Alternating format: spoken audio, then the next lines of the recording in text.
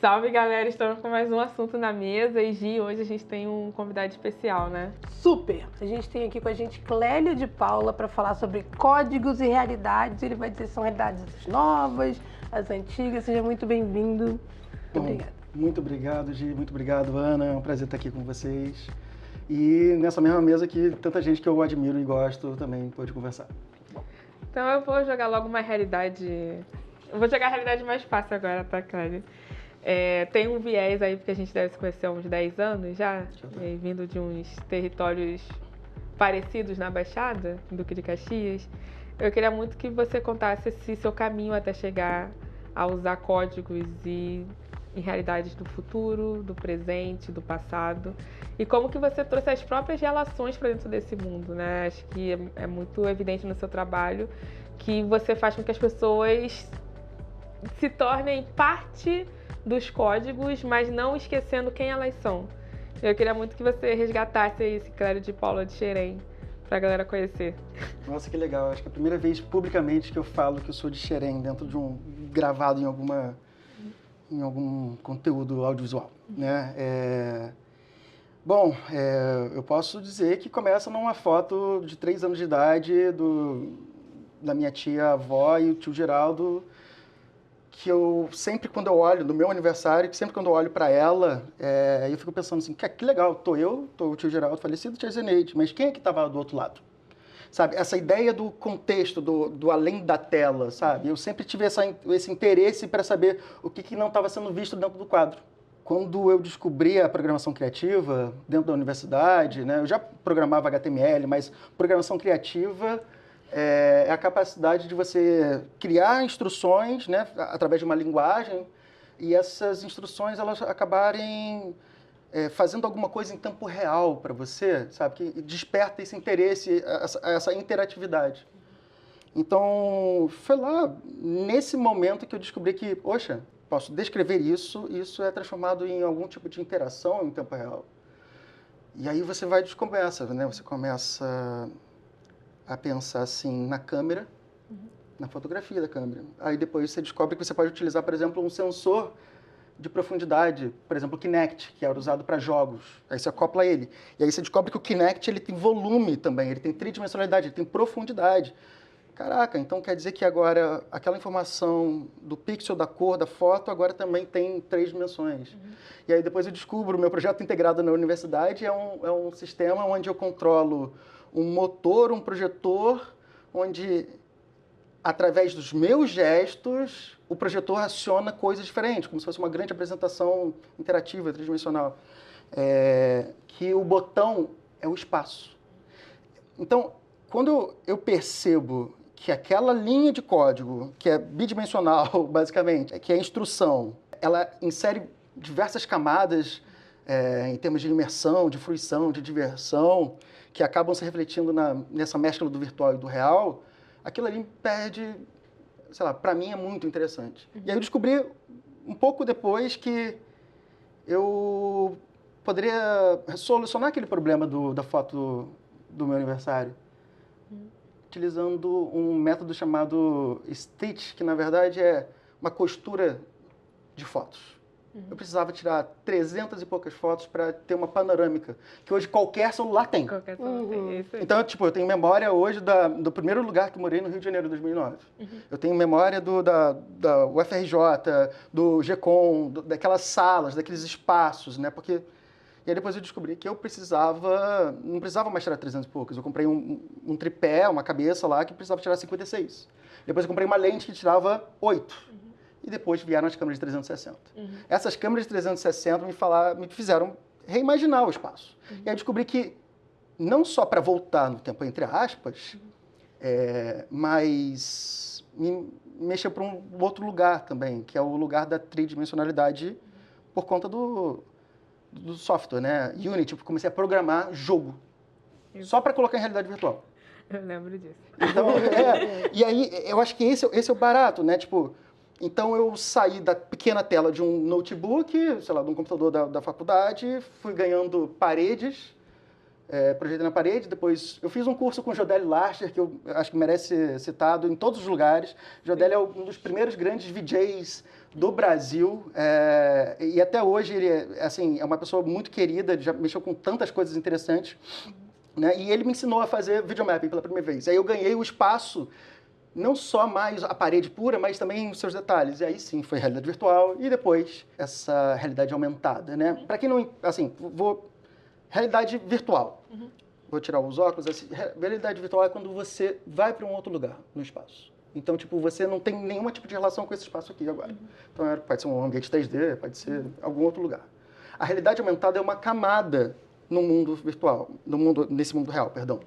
Mas não necessariamente ela entende o que está acontecendo aqui. Ela é só uma camada. E a realidade mista é o que mescla as duas coisas. Mescla o físico com o digital, né? Então, essa foi a escadinha. Eu fui começando a registrar, criando esses novos métodos de registro, programando sempre, criando experiências para outras pessoas, para marcas, para setores culturais, até talvez entender que eu também podia, sei lá, fazer registros de pessoas, de momentos, de espaços. Eu queria te perguntar sobre essa questão da memória, da foto, enfim, de trazer pessoas, essa coisa da eternização do momento, né? De pessoas que estão aqui, pessoas que já foram, você falou da foto do seu tio. Como é que você vê essa questão de ultrapassar espaço e tempo hoje através da tecnologia? Porque pessoas podem ficar para sempre, né? Essa pessoa, você materializa ali a pessoa. Como é que você vê isso? Que é algo que as pessoas acham muito. Ah, não, vamos trazer pessoas de volta, enfim. Como é que você vê? Não precisa chegar no Black Mirror, não. Pode... Eu acho que tem tanta gente que já é imortal, sem precisar ser escaneado, só pela passagem dele na Terra, só pela produção, só pelos sorrisos que eles encantam, só pelo, sei lá, por ter existido, né? Eu acho que a primeira grande imortalização foi a imprensa, né? Não, acho que antes, as contações de histórias. As contações de histórias, né? É a roda da fogueira e as pessoas ao redor. Essas são as primeiras, essa é a primeira imortalidade, né? É importante que o Clélio artista está colocando chapéu agora, tá? Eu acho que vamos separar o Clélio gestor, empresário, o Clélio, sei lá, outras facetas do Clélio. Vamos colocar o Clélio artista aqui. Eu acho que todo artista, ele pode... não deve apenas, né, por uma obrigação, mas ele pode flertar com coisas que soam complicadas, sensíveis. Eu acho que a arte, ela permite isso, tá? Sendo sincero. O Clélio, o artista, já fez coisas, e acho que é a primeira vez que eu vou falar isso também. O Clélio, o artista, escaneou sua filha que morreu. Em vídeo volumétrico, usando um holograma. Existe um cientista-chefe que liderava a divisão de hologramas da Microsoft. Ele falou que experiências holográficas, né, virtuais, elas tinham a capacidade de atuar no cérebro como experiências reais. Se isso é verdade, a gente tem que tomar muito cuidado com as experiências imersivas que a gente pratica hoje, a gente faz. Tá? Eu acho que isso é o mínimo do cuidado que a gente tem que ter, sabendo dessa realidade. Acontece que não é só quando você coloca um óculos de realidade virtual que isso acontece, entendeu? Exato. Você pode estar jogando, você pode estar, inclusive, falando com outra pessoa no chat GPT ou em qualquer um sistema desse, sabe? Porque parece real e pode ser real, né? Porque depende ali de como seu corpo decodifica isso, tá? Então, eu acho que a gente pode experimentar, sim. Essa é a ideia. A questão tem um encantamento por outro lado, né? Não só da parte ruim, mas minha filha, ela vai poder conhecer a irmã dela, que já não está mais aqui, né? Minha filha vai poder conhecer eu tenho um óculos que grava em primeira pessoa. A minha filha vai poder se ver com 2 anos de idade, brincando, sem ter a percepção que tinha uma câmera filmando. Minha filha vai poder se ver como holograma em algum momento. Depois que partir, vai se ver o pai, né? Eu acho que tem se a gente fosse traduzir, é um álbum de figura. É um álbum. É uma releitura da foto, por exemplo. Eu fiz isso com meus avós, né? Eu tenho muitas horas de registro de áudio, das histórias de contação, da vida deles como um todo, de descoberta. Me interessa sempre muito isso. Registro das horas que eu ficava fazendo xerém em Caxias para estudar e conversando sempre com velhinhos e tal. Então, vou te mandar uns aí para você fazer um para mim. Isso, assim, eu adoro conversar com pessoas mais experientes que têm outro tipo de vivência do que eu, né?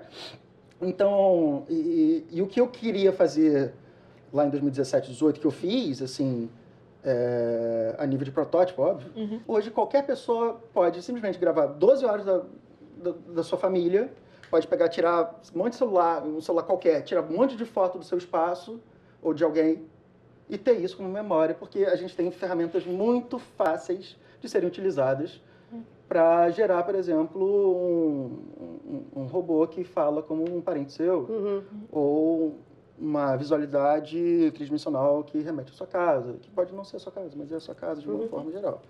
Então, Clélio, o artista, acredita que eu acho que a gente pode experimentar. Tá? E aconteceu com o Gil, né? Assim, primeiro Isso, né, eu ia puxar pelo Gil. Eu acho que o Gil, ele é imortal há muito tempo. Seja pelas leituras, seja pelo posicionamento, seja pelas letras, assim, o Gil é um imortal. Ele precisava ser escaneado em 3 dimensões? Não necessariamente. Mas ele queria, pô. Ele queria desde 69, sabe? Tipo, a música Futurível, né, que fala que o novo estágio de humanoide se inicia, vamos nos transmutar, virar energia. Ele já previa essa ideia, né? Ele estava preso numa cadeia quando ele previu isso. E quando ele teve a oportunidade de se ver, né, pessoalmente, virtualmente, whatever, né? Tipo, na exposição lá na Bienal, ele fala, assim, são os novos traços da mortalidade, algo que eu sempre desejei. E aí tem esse ponto, ele quis. Tem um outro ponto, que quando eu vou para o Xingu, a convite do Batman, Zavarese, do Nico Espinosa, para estar lá com o Takuma Kuikuro, com o povo Ipatse, lá com o povo Kuikuro da aldeia Ipatse, eu fui com todos os meus preconceitos possíveis e imagináveis para justamente entender quem era aquela galera lá. E foi muito legal, porque eu levei muitas traquitanas tecnológicas. E no primeiro dia eu tava jogando altinha com a galera, sabe? Tipo, no meio da aldeia. Sabe? Tipo, assim, no segundo dia eu tava jogando bola, conversando, no terceiro eu tava pescando, passei 12 horas pescando, e a galera me zoando todo mundo, etc e tal, blá, blá. Eu fui entendendo que toda aquela imagem da cosmologia, todos aqueles processos, assim, eles são muito únicos e muito especiais, assim, mas fora os outros tantos tempos que eles são muito parecidos com a gente, né? E esse trabalho do Xingu especificamente, ele é um encontro dessas duas frentes, desse desejo da cosmologia, da encenação, dos momentos que principalmente da história do Jacques Carregour, que ele vai lá pescar e tal, é muito bonito, eu tô louco para fazer uma continuação disso com o povo lá. Mas também, sabe, indo para a roça, sabe, igualzinho meu avô, sabe, tipo, plantando, jogando bola, sabe, essa combinação desses cotidianos. Então, que a Célia Tupinambá um dia falou assim, Clélio, você não precisa fazer isso, a gente não precisa fazer isso, assim. A Célia fala, ok, tudo bem. A galera quis, de alguma forma, fazer também, né? Então, fica sempre nessa mescla de... o que parece para mim talvez não seja bom para todo mundo, e acho que, de novo, como artista, a gente pode fazer isso. E foi muito legal, porque não só fizemos essa encenação desse projeto que foi finalista de prêmio e tal, que é o Xingu Assembly, que é uma experiência de realidade virtual, mas tem uma coisa inédita, assim, eu registrei 21 movimentos, usando, sabe aquelas roupas de videogame que o Yamaluí vestiu e a gente registrou 20 e poucos movimentos de danças específicas, de luta. Poxa, isso é legal pra caramba, porque é uma memória do corpo também. E se você tem tecnologia para fazer isso, não significa que você precise. Mas... se a pessoa quiser, está disponível. Se a pessoa quiser, está disponível. E acho que eu sempre vou incentivar o experimento. Porque se você não experimenta, você não sabe exatamente o que você pode fazer com ele. Sim. Vamos experimentar fazer um intervalo agora para a gente absorver essa parte da conversa e a gente já volta, galera.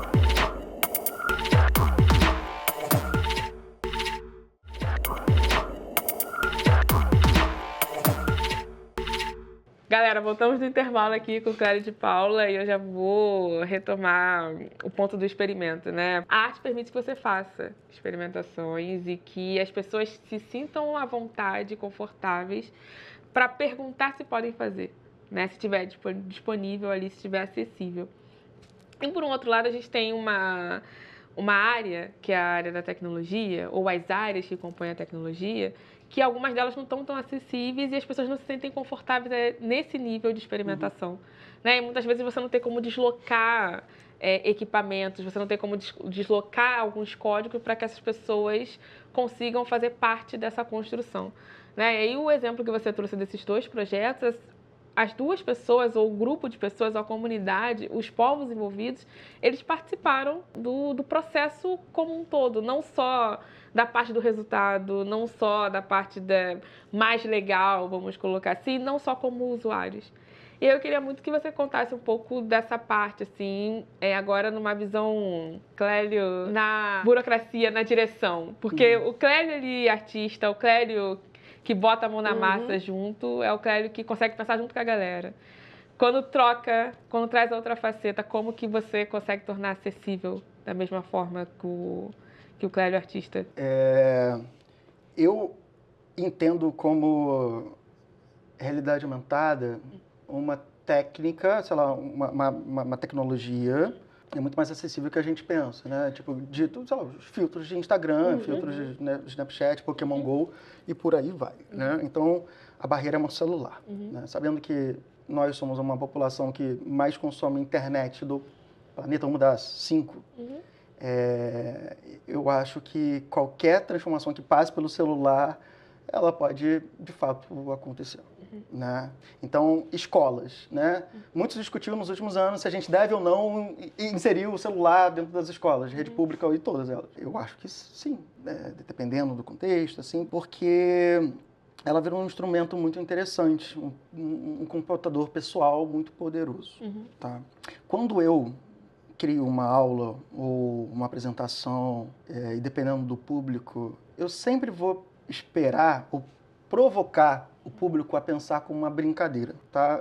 Tem até um termo cunhado por um investidor que nem é tão famoso, assim, é Chris Dixon, eu acho o nome dele, que ele cunhou um termo chamado toy spotting, né? Que é a busca pelo brinquedo, que a próxima grande coisa sempre começa aparecendo um brinquedo. Eu gosto desse termo especificamente, porque permite a gente olhar para uma coisa como um chat GPT há 1 ano e meio atrás e achar graça. Ou um gerador de imagens e achar graça, ou uma realidade aumentada há 10 anos atrás e achar graça, assim, né?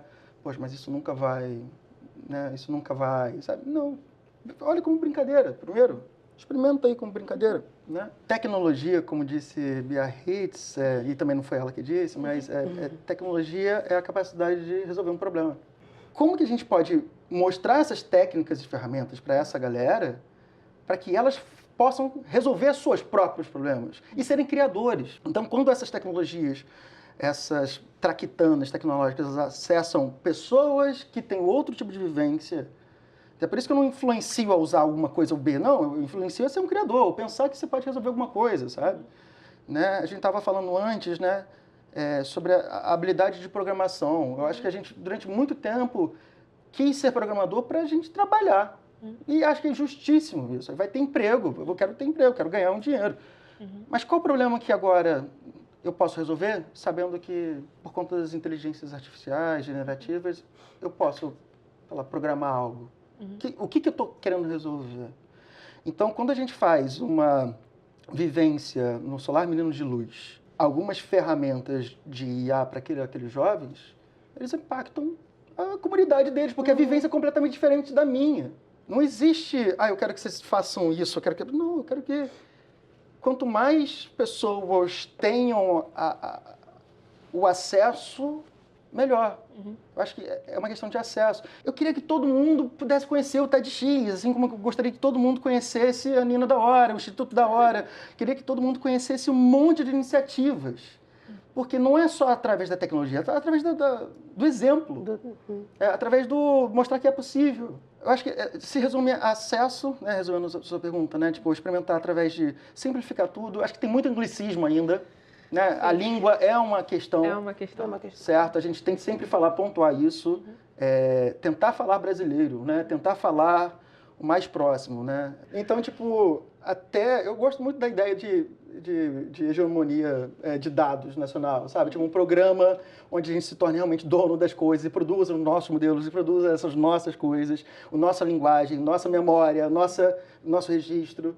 Eu gosto muito dessa ideia, de verdade, assim, a linguagem creator, né, por exemplo, os memes que a gente sabe. Nossa. Isso é uma linguagem real, sabe? Tipo... Não, o que a gente consegue fazer com os memes de outros países, que eles não conseguem fazer. O Brasil consegue transformar meme, de fato, em uma linguagem de comunicação que vai além das redes sociais. Virar parte dos trabalhos, virar parte dos estudos, assim, e estudos técnicos. A galera tá estudando o emoji por causa de memes, sabe? Então, isso que você traz dos modelos de linguagem, eu fico pensando muito, aí de novo vou jogar a bola para a Gi, porque Gi é da educação, de fato com experiência e prática de sala de aula. Eu acho que, na verdade, você trouxe a questão da escola e da educação. E quando você traz esse lado da criação, de transformação e de impacto, existe uma insistência hoje para usar o ChatGPT, mas o ChatGPT não vai ser essa ferramenta de impacto. Existem tantos outros problemas que podem ser resolvidos, mas com esse acesso que você falou. Então, eu queria te fazer essa pergunta sobre escola especificamente. E aí, é bom lembrar também que muitas dessas ferramentas não podem ser usadas por crianças. Eu queria saber se você tem outros exemplos dessa simplificação com uma tecnologia mais acessível, ou tecnologia que essas pessoas, esses jovens, essas juventudes possam criar. Se eu não me engano, toda Get tem uma impressora 3D. Eu não sei se isso é verdade, mas vamos supor que em algum lugar do Rio de Janeiro tem uma impressora 3D num ambiente de um raio de X, tá ok? Vamos considerar isso. Os alunos, por si só, é muito difícil chegar neles. Então, tipo, a gente tem que fazer os trabalhos com os professores. Os professores estão trabalhando pouco já, né? Nossa, e estão sendo pagos, estão sendo muito bem pagos. Então, assim... Entende que tem uma questão, mesmo que a gente consiga capacitar, mesmo que a gente faça ali, existe uma questão também de saúde. Prioridade. Né? Cansaço, assim, né? A gente precisa olhar para esse lado aqui também. Então, talvez não sejam os professores exatamente, mas seja a escola, né? E aí a gente pode montar um time que possa fazer isso. Quando você vê jovens, não crianças, usando ferramentas de edição de vídeo profissionais, você fala assim, brother, como é? Há 10 anos atrás ninguém fazia isso. A quantidade de habilidade que você tem por conta que você tem essas ferramentas é muito grande. Muito grande. Tem um menino do YouTube que é o cara que faz matemática e física, os exercícios de matemática e física. Pô, esse menino é genial. Ele replica experimentos matemáticos científicos a partir de qualquer coisa que tem em casa. Isso. Eu acho que falta mais manual do mundo, sabe? Falta mais mundo de Beckman, sabe? Tipo, eu sou meio que fruto até TV Cruz era um laboratório, sabe? Então a gente precisa acessar e estimular esses jovens, essas crianças para serem criadores, para serem científicos, para investigar. Eu acho que esse é o convite, no final das contas. A internet é um bom caminho para a gente aprender coisas e nos inspirar.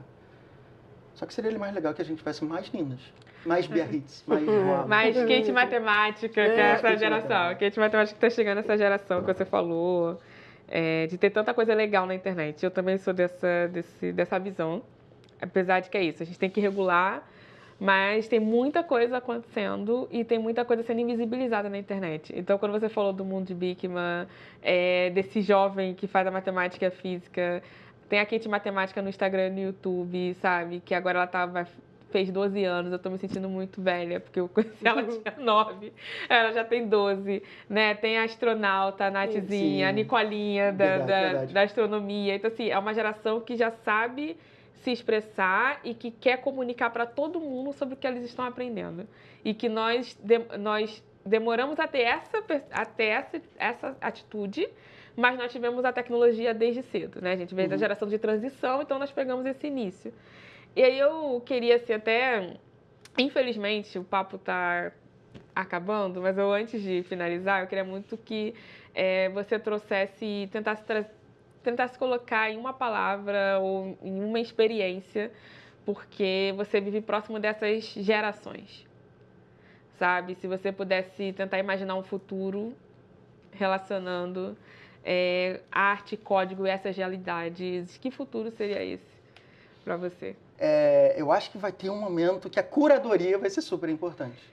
Né? Eu acho que a capacidade da gente criar, se expressar, vai ser legal, vai ser interessante, mas em algum momento fala assim, poxa, talvez não seja para mim, sabe? Tipo, vou assumir que vou utilizar isso para outra coisa, para resolver um problema real, meu. Se eu tenho uma planilha que todo mês eu preciso preenchê-la e precisa gerar um documento que é de tal jeito, e se eu consigo entender que isso aqui vira isso aqui e essa é a tradução, eu consigo utilizar um robô para me ajudar a fazer essa transposição de modo que eu economize tempo. A questão é, quem normalmente pede isso é uma empresa que quer que você economize tempo, não para você trabalhar menos, para você trabalhar mais. Então, tipo, o outro ponto que eu acredito eu acho que finalmente a gente tem que arranjar meios de trabalhar menos. Sim. Trabalhar menos. É isso. Assim, não é produtividade, não. O que eu faço com isso? Né? O Fábio Scarano, o curador do museu, ele tem uma fala que ele fala sobre inovação que é muito interessante, cara. Inovação é tudo que transforma para melhor. Aí seja produto, processo ou estado mental. É isso que normalmente eu penso, assim. Colocar um óculos de realidade virtual na cara não é necessariamente inovação.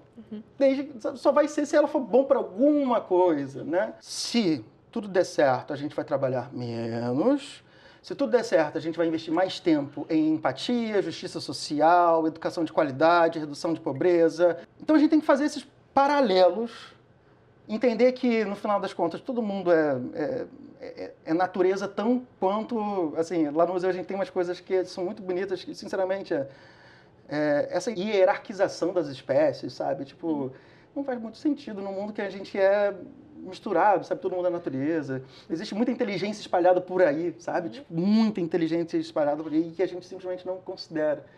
Então, sei lá, eu acho que é mais ou menos isso que eu espero esse mundo, sabe? Onde minha filha continue fazendo cada vez mais perguntas interessantes para mim. Eu acho que... E você tendo mais tempo para passar com ela e menos tempo de... E por falar em tempo, vamos liberar a Clélia para passar mais então tempo vamos com a levar família. vamos levar tempo com a família. Vamos te liberar, então. Muito obrigada. Esse papo renderia muitas outras conversas aqui. Obrigada pelo seu tempo. É isso. Obrigado. Tchau, gente.